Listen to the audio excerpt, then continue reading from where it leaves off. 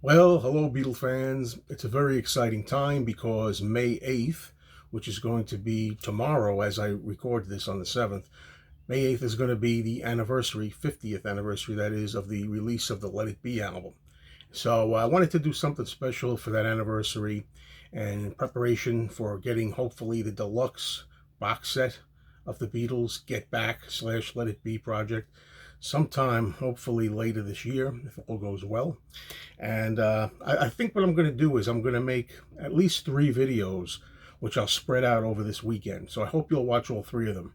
They're going to be different kinds of themes. I'm going to do something a little special for tomorrow, the actual anniversary of Let It Be. And hopefully you'll tune into them, okay? So today what I thought I would do is present what I found looking on my shelves, kind of at a moment's notice without really probing too much. Anything that I had relating to unofficial records, unusual releases, unofficial stuff of the Beatles pertaining to the Get Back sessions, Let It Be sessions. And so let's do that right away. Now, I'm going to start from more primitive albums to ones that look a little bit more, attractive as a package, as far as putting them together for release and making them look like a really good collection. To start with, I have this in a plain old standard gray cover that I got for $2.76, and it says Beatles written on it, just so people browsing through will know that it's a Beatles. And a lot of collectors out there will recognize this lineup, I think. Don't know what side one is, but whoever had this before, wrote the contents on it. On a very heavy old-fashioned record, and you can see how they wrote the tracks on there. Don't Let Me Down, I Dig a Pony, Get Back, For You, Blue, and the Two of Us, Virgin Beatles. All right. And side 2 has it's hard to read this backwards. It's backwards to me. Dig It, Let It Be, Long and Winding Road. Teddy Boy, is that? No, One After 909, sorry. And Across the Universe. And it says on the bottom, the Beatles, plus Billy Preston, Klaus Vorman, Phil Spector, and Yoko, written on the bottom there. So this is a no frills package. I played this once when I bought it. I really bought something like this just because it was really cheap and just to have some kind of a representation in my collection of bootlegs, how they used to be when we first got them. No frills, but we were excited to hear, stuff you didn't get to hear all the time, unreleased stuff, right? So taking that up another notch, this is kind of the same thing, really. This is one in a white sleeve. This was $5, which is a little bit too much, I think. But anyway, it's just simply called the Beatles Comeback, K-U-M. And there's so many versions of this out there.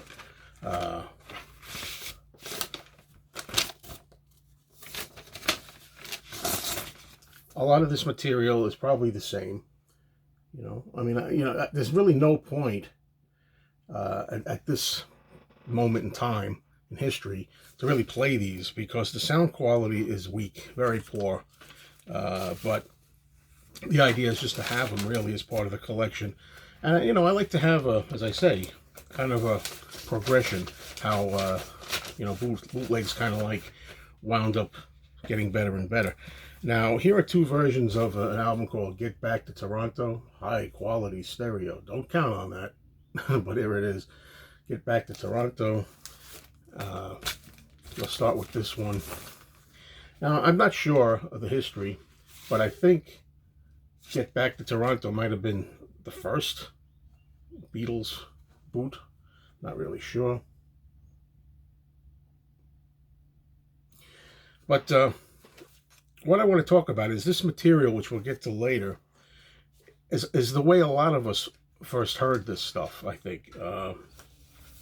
As we collected unofficial recordings, I think we really all listened to the same tape or acetate or rehearsals. I'm going to probe into that a little bit more as we get to later in this video, so just hang on for that.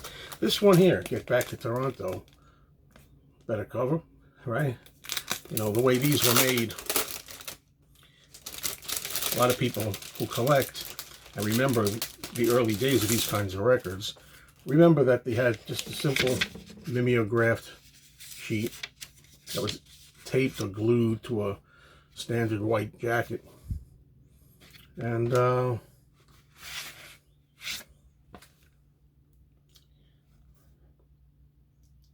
here we go. I like how the titles would be different. Like we have a song here called All I Want Is You, which is really I Dig a Pony or Dig a Pony, you know. Stuff like that. Sometimes they didn't really know the titles at that point. Okay. All right, now we're starting to get into albums that have better packaging, okay? I'm going to take this one out.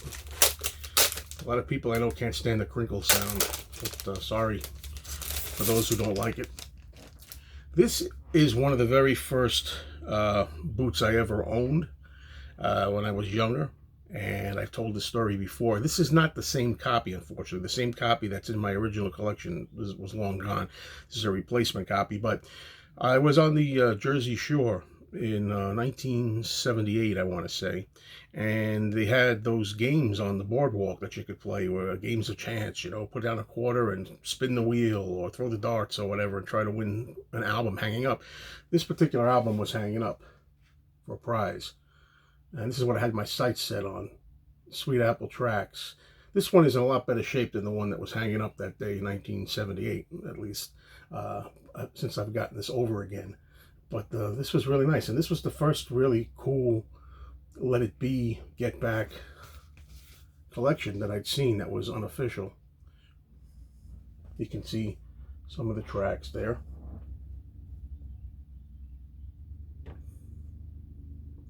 But you know, in listening to this, and I got to say this now, a lot of the stuff that's on the Get Back sessions, Let It Be stuff, to me is not really very listenable. I mean, there's some fun stuff in there. You know, if you're a diehard fan, you got to hear it anyway, at least once or twice.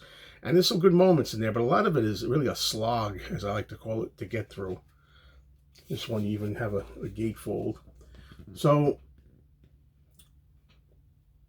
what I was referring to in the beginning when I was talking about those early albums without the covers, with just a blank cover, a lot of stuff on there comes from, I believe, an acetate, I think, which I'll get to in a little bit, as I say. Oh, I don't want to ruin this. Hold on. And that's probably the better quality Beatles Let It Be songs, you know, as far as the recordings go. A lot of times they just mumbled stuff, just goofed around, just jammed a lot of nonsense and didn't really finish anything incomplete. You know, it's not really anything you really want to hear. I mean, to be honest with you. But the core of this stuff, the stuff that we've probably all heard repeated many times before, the basic songs, you'll see what I mean. I don't want to spoil anything for a future video. That's the best quality stuff you're going to get. A lot of this is just a lot of meandering stuff. Doesn't really mean much. This is Sweet Apple Tracks Volume 3. And I'm not sure there was a Volume 2. This kind of reminds me of the Traveling Wilburys and Traveling Wilburys Volume 3, right? Now on here, you had stuff that was kind of interesting at the time, because you notice side A there, it says second track, Jealous Guy.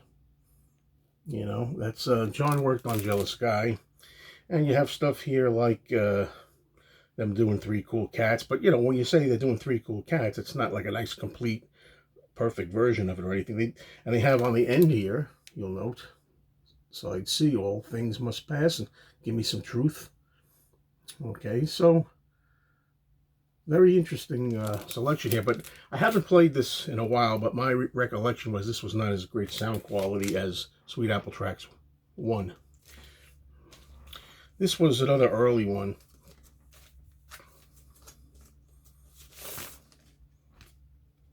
Behind Closed Doors. And it looks like so much of this stuff, as I say, was repeated. The label here, I think, is a standard white label. Sometimes you'd get a blank label, you know, nothing on it. You'd have to write the songs on it. Like this beginning here, you know, instrumental. Good instrumental, Save the Last Dance for Me. Save the Last Dance for Me is a good example of what I'm referring to. 45 seconds of nonsense of them just, hold you tight, not really singing anything worthwhile. And then you get Don't Let Me Down, I Dig a Pony, I've Got a Feeling, standard songs, Get Back, etc., etc., For You Blue, Teddy Boy. But we've heard a lot of these before. Again, there's one real solid master acetate of those songs that got circulated the most, varying qualities. Now, originally, when the Glyn Johns, I believe, version of Get Back, as the album was originally going to be called, when it came out, it was going to have this cover. The whole idea of this, which we now know as the 1967 to 70 collection with the Blue album cover, this was going to be the cover of the Get Back project, Let It Be project. Kind of a parody of their first Please Please Me album when they were younger. Now they've gotten older. I think it's a great idea. I think John thought of that idea. I think he wanted Linda to take the picture. Again, it's always a risk because you go from your memory, and sometimes without refreshing it and looking things up new, you may say the wrong information. So somebody could tell me about that. And the original album, Please Please Me, from '63 said, with Love Me Do and 12 other songs. Now they were going to say with Don't Let Me Down and 9 other songs, which Don't Let Me Down, criminally, as we know, never made the final cut of Let It Be the album. It was instead the single B-side of Get Back. Okay.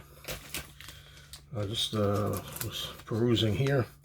This is an important one, folks, that I want to alert you to. I just played this morning and loved it. This is going to be the source of another video coming, if not today, tomorrow, or the next day. But it'll be within either later today, tomorrow, or the day after. I will have a video up where I talk specifically about this album, and I'm going to leave you with a teaser. This is really an interesting album, and I'm not going to talk about it here. It's posters, incense, and strobe candles. This is a must. I don't want to talk about it. The record is also on colored wax, and I'll show the colored wax in the video I do specifically for this. Look for the video coming in 1 or 2 videos from now, where I'll hold up the cover in the thumbnail, so you'll be able to know that that's going to be the video I'm referring to, because I really want to talk about this. Okay, now I remember, again, it's sadly, none of these are the original copies I got back in the 70s or 80s or beyond, But I remember originally when I stumbled upon this one. It's another album called Codename Russia. This one has a shot of Ringo on there. You can see the title back there, Codename Russia. And at the time, I was blown away by this particular disc because it had different songs that you don't usually hear on Beatles vinyl counterfeit unofficial LPs. And the quality was also amazing. Quality, really high quality on this.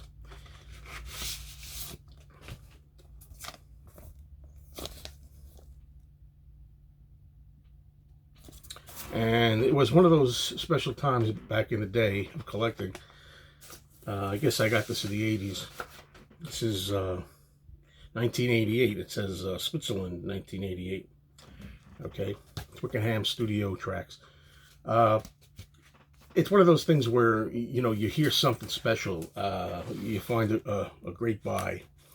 And it's, some of them, they're just filler, or some of them just, just to complete the collection or just fill another hole.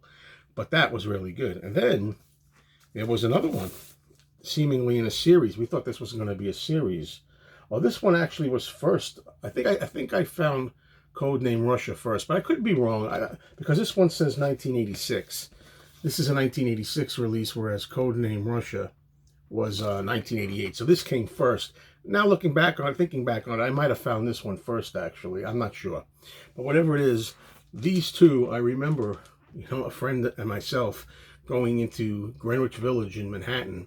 They had a lot of good underground record stores then, and we picked these up. And I remember my friend, I was so excited. My friend said, "Hey, I'm looking forward to getting Paul and George too." You know, he said to the guy, we thought they were going to put out 4 volumes, and they never put the 4 volumes out. But this also has really good tracks. Hopefully you can read some of them. Just stuff that you didn't really get. Please Please Me. You know, Let It Down, George Harrison song. Stuff you just really didn't get from the standard fare of the albums I've been showing previously here. You didn't get some of these tracks that were on here. It was, at the time, on vinyl anyway, it was a new thing to find those, you know. So, okay. I'm going to try to put this back now. Finishing up here, I got just a few more. Okay. Here's one called The Beatles, I Had a Dream. We got dialogue on here. You might be able to read some of the dialogue if you want. Pause it. Hopefully the focus is coming in good enough. Yeah. I know some of them I'm showing the record labels, some of them I'm not. Don't ask. I don't know. This was really a nice cover, man. I really like this cover. Leaving it in the wrap, so it's a little glare. Sorry about that. I guess that's Hot as Sun, Hot as Sun. Just always like that as an album cover, you know. And this was pretty much the Sweet Apple Tracks album, one of the earlier ones I showed with the black cover. Pretty much repeated, you know, just different packaging. This one had different stuff on it. Very nice. Beatles, Almost Grown. Another really, really nice cover. And you can see that there are some songs on here which are, again, a little different, I think. Here one called Madman on the bottom, which is fun. And there's, you know, a version of Mean Mr. Mustard on here, too. You know, sound familiar? Mean Mr. Every time I hear Mean Mr., I think of Mean Mr. Mayo right lately, not Mustard. But anyway, yeah. So I gave this one a spin. I'm going to have to get to this in my Raw Beatles series when I talk about individual albums. Right? So there's the label. Well, anyway, that's it. Thanks for watching. And as I said, there's going to be some fun coming up here. I'm going to make a couple of videos, probably shoot them all today. You know, while I have the Let It Be shirt on, I'll make a couple of videos, probably just, you know, release them over the next couple of days, excuse me, as we get into the Let It Be weekend, really, celebrating the anniversary. I really don't know what's going to come of the, you know, Let It Be deluxe box. I mean, we don't know, right? Don't have really a firm date on that yet. The movie Get Back was supposed to hit theaters September the 4th. It's the new movie, redoing the Michael Lindsay Hogg film, and just having a lot of really good footage, a lot of upbeat stuff, a lot of more positive vibes. It's going to be fun. I really hope the current coronavirus pandemic abates enough that it's September 4th we can see the movie in theaters. I mean, I'm all for watching it at home too, but I want to see it in the theater. So everybody, thank you for watching. Please keep up with the series. It should be a lot of fun. Take care.